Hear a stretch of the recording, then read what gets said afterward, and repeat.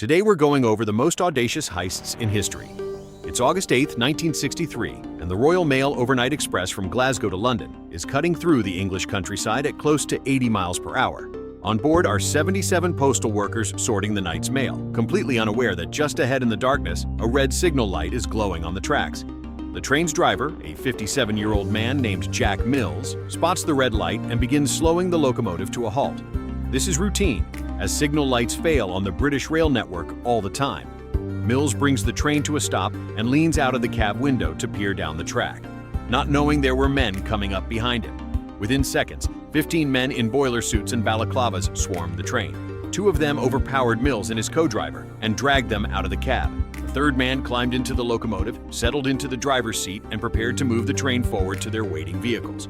There was just one problem. He could not figure out how to drive the train. Now, this is probably the kind of thing you want to iron out before committing to one of the most ambitious robberies in British history. And in all fairness, they did. The gang had spent months planning virtually every other detail of this operation down to the minute. The signal rigging, the timing, the vehicle positions, even the unloading. But the one man they had recruited specifically to drive the train had pulled out at the last minute. They got a replacement. However, he overstated his level of relevant experience, which left them in a bind. With the clock ticking and their entire timeline beginning to collapse, the gang made a decision they would deeply regret. They dragged the already injured Jack Mills back into the cab and forced him at gunpoint to drive the train forward to their unloading point. Unknowingly to Mills, what he was carrying in that train was staggering. In coach number 2 of the Royal Mail Express, there are over 120 mailbags stuffed floor to ceiling with used banknotes being returned to the Bank of England for destruction, the total of which is worth the equivalent of somewhere between £40 million to £50 million today. The gang had learned about the shipment through a well-placed contact inside the Postal Service. For months, led by a meticulous career criminal named Bruce Reynolds, they had been preparing for this night with almost military precision. The unloading took less than 20 minutes as the gang formed a human chain and passed bag after bag from the train down to a fleet of waiting vehicles, which consisted of Land Rovers and an Army surplus truck, all painted military green to blend in if spotted on the country roads at night. Then they drove north through the dark to a remote farm they had purchased weeks earlier under an assumed name. The plan from there was straightforward. Lie low for several days, split the money and scatter. Sounds simple enough, right? Not quite. Despite standing orders that every surface in the farmhouse be wiped clean, one of the gang members, apparently in need of something to do during the days of waiting, sat down for a friendly game of Monopoly at the kitchen table. His fingerprints were left all over the board, so when police raided the farm, it was sitting right there waiting for them. The police discovered the hideout after a neighbor named John Maris grew suspicious of the new occupants and contacted them. The gang, upon realizing the police were onto them, tried to clean up and run for it. In their haste to get away, they left a crucial piece of evidence behind, a Monopoly board with fingerprints on it. Over the following months, nearly the entire gang was arrested, and the sentences handed down by the courts shocked the entire country. Most received 25 to 30 years in prison, which was widely considered extraordinarily harsh, even by the standards of the day. The judge, it seemed, wanted to make a point. Bruce Reynolds, the architect of the whole operation, evaded capture for 5 years. He was eventually arrested in 1968, living quietly in Torquay under an assumed name, having spent those 5 years methodically spending the money. Another gang member, Ronnie Biggs, who had played a relatively minor role in the actual robbery, became perhaps the most famous fugitive in British history. 15 months into his sentence, he escaped from Wandsworth Prison using a rope ladder thrown over the wall. He fled to Australia and then Brazil, where he lived openly for decades, giving interviews to British journalists, appearing on television talk shows, and even recording a song with the Sex Pistols. The British government spent years demanding his extradition, but Brazil, whose laws at the time protected the fathers of Brazilian-born children from deportation, consistently refused. He returned to the UK voluntarily in 2001 because he wanted to drink a cold pint of bitter in an English pub. Those were his actual words. Despite his failing health, he served a portion of his remaining sentence before being released on compassionate grounds on August 7, 2009. He died in a nursing home in 2013. Of the £2.6 million stolen that night, only £400,000 was ever recovered. Jack Mills, the driver who was beaten and forced at gunpoint to move his own train, suffered a head injury in the attack that gave him persistent headaches for the rest of his life. He never fully recovered. He died in 1970, 7 years after the robbery, still working for British Rail because his injury compensation claim had never been settled. Our next story takes us to the Isabella Stewart Gardner Museum. It's just after midnight on March 18, 1990 in Boston, Massachusetts, and two men in police uniforms are standing at the side entrance of the Isabella Stewart Gardner Museum, preparing to go in. They ring the buzzer. The security guard on duty that night, a 23-year-old named Rick Abath, looks at the intercom camera and sees the uniforms. The men outside tell him there has been a disturbance reported in the area, and they need to come in to investigate. Abath thinks about it for a moment. Then he buzzes them in. What followed over the next 81 minutes is the largest art theft in the history of human civilization. The moment the two men stepped inside, they dropped the act entirely. They were not police officers. Within minutes, both security guards were handcuffed to pipes in the basement, with their heads wrapped in duct tape and left there in the dark. The two thieves then spent the next hour and 21 minutes walking through one of the most celebrated private art collections in America at a completely unhurried pace, cutting paintings from their frames and tucking them carefully under their arms like they were packing up a moving truck. When they finally walked out into the Boston night, they took with them 13 works of art, 3 Rembrandts, a Vermeer, a Monet, 5 Degas sketches, a bronze Napoleonic eagle finial, and what art historians consider the most devastating single loss of the entire haul: Rembrandt's only known seascape, The Storm on the Sea of Galilee, painted in 1633 and never seen publicly since. The combined value of everything taken that night is estimated today at somewhere between $500 million and $1 billion. The thieves had clearly done some research but had puzzling gaps in their knowledge. They walked past a Titian, they ignored a Raphael, and took several Degas sketches worth a fraction of what remained on the walls around them. The selectiveness suggested either a very specific shopping list handed to them by someone else, or a truly impressive ability to misread a room while standing inside one of the finest art museums in America. The empty frames from which the paintings were cut are still displayed in the museum today and will remain there permanently. Isabella Stewart Gardner's deed of gift, written into the museum's founding charter, states that no object in the collection may ever be moved, replaced, or altered. And so the blank rectangles hang on the walls exactly where the paintings used to be, hollow outlines of things that are gone, waiting for a return that has not come in over 30 years and may never come at all. The FBI has investigated the theft continuously since 1990. Their working theory centers on a Boston area criminal named Bobby Donati, with suspected connections to the New England mob, who may have been acting on behalf of a larger organized crime figure with an interest in holding valuable, untraceable assets. Donati was murdered before he could ever be questioned in 1991, 1 year after the theft, and the trail went cold almost immediately. Investigators believe the paintings have changed criminal hands multiple times since, likely used as collateral in underworld financial transactions, an untraceable store of value moving quietly through organized crime networks in the United States and Europe. The museum still offers a $10 million reward for information leading to the recovery of the works. It has been offered for over 3 decades. However, nobody has ever claimed it. Not a single painting has been recovered. Not a single person has ever been charged. And the largest art theft in recorded history remains, more than 30 years later, completely and perfectly unsolved. The frames are still on the walls to this day, still waiting. Our final story takes us to the Diamond District, Belgium.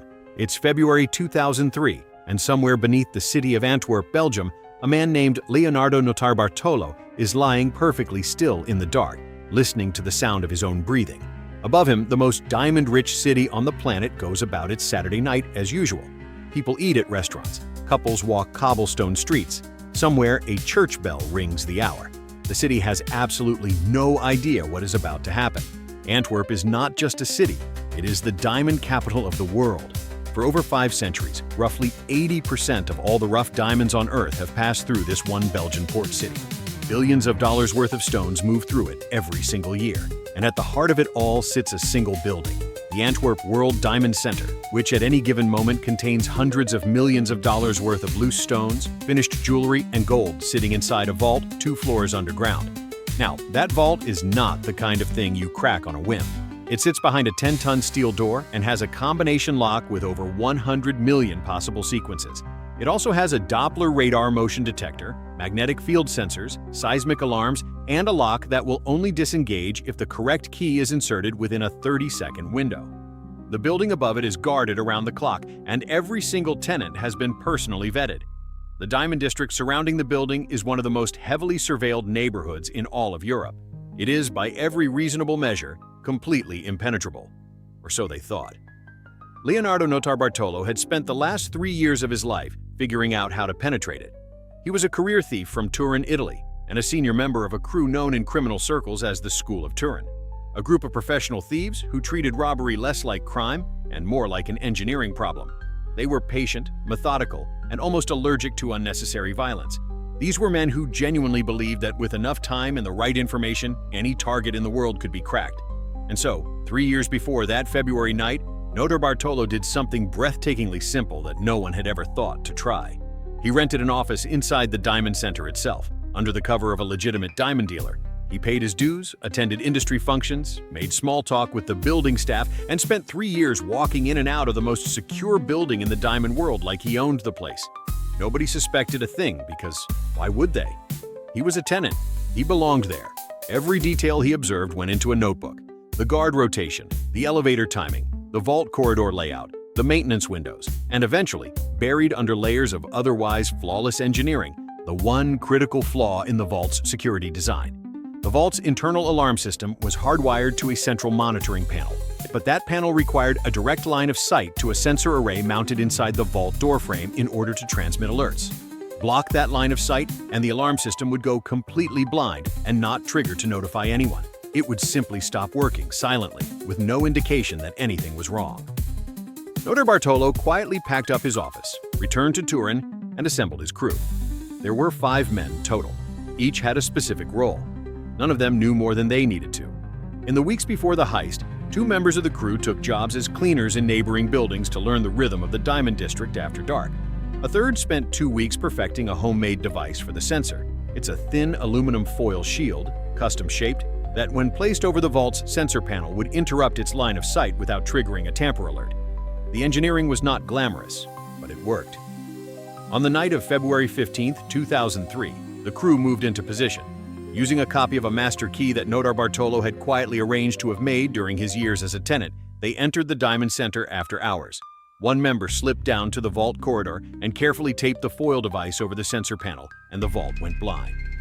The following morning, a Sunday, Notarbartolo and his crew walked in, approached the vault, and opened the 10-ton door using a combination they had narrowed down through months of patient observation. He'd slipped a fiber optic camera thin enough to slide beneath the vault door and watch the dial as staff opened it during business hours. Inside, they found something almost too good to be true. Of the vault's 160 safe deposit boxes, 109 had either been left open or had their keys sitting right in the locks by their owners. Rich people, it turns out, get comfortable. Over the next several hours, working quietly and methodically, the men emptied box after box. Loose diamonds, finished jewelry, raw gold, bundles of cash, bag after bag, loaded and carried out. By the time they walked out of that building, they had taken an estimated $100 million worth of stones and precious materials. Some estimates put the real number closer to $400 million. Nobody knows for certain because many of the vault's tenants themselves operate in an industry not exactly known for its transparency, quietly choosing not to fully disclose what they had been storing there, which, if you think about it, is a pretty remarkable silver lining for a thief. The crew drove north toward the Netherlands. The hard part, they believed, was behind them. It was not. One of the crew had been assigned a simple job: dispose of the evidence. The bags, the tools, the discarded packaging, the leftover contents from the boxes they had gone through. Drive out of the city, find a quiet spot, and burn everything. Clean and simple. Instead, seemingly overwhelmed by the enormity of what they had just pulled off, he drove to a stretch of woods outside Antwerp and dumped all of it in a roadside ditch. 2 days later, it was discovered by a farmer. Inside the pile of discarded rubbish was a half-eaten sandwich, Italian salami on white bread, bought from a small shop 3 blocks from the Diamond District. Belgian police traced the bread to the shop, and the owner remembered the customer. An Italian man, well-dressed, came in regularly over the past few weeks. A partial surveillance image from a nearby camera led investigators directly to Notarbartolo within the month. He was arrested at his home in Turin 5 weeks after the heist. His crew was arrested shortly after. In 2005, Notarbartolo was convicted and sentenced to 10 years in prison, while his crew received 5 years each. The diamonds were never recovered. To this day, the Antwerp diamond heist remains the largest diamond robbery in recorded history. The stones have almost certainly been cut, recut, and quietly sold through back channels across multiple continents by now, completely indistinguishable from any other diamonds currently sitting in a ring on someone's finger. Notarbartolo maintained even after his release that there was an inside man within the Diamond Center, someone who had engineered the entire operation from behind the scenes and walked away completely untouched. Police investigated the claim and found nothing conclusive. Whether it was the truth or one final elegant act of misdirection from a man who had spent his entire career deceiving people, nobody has ever been able to say.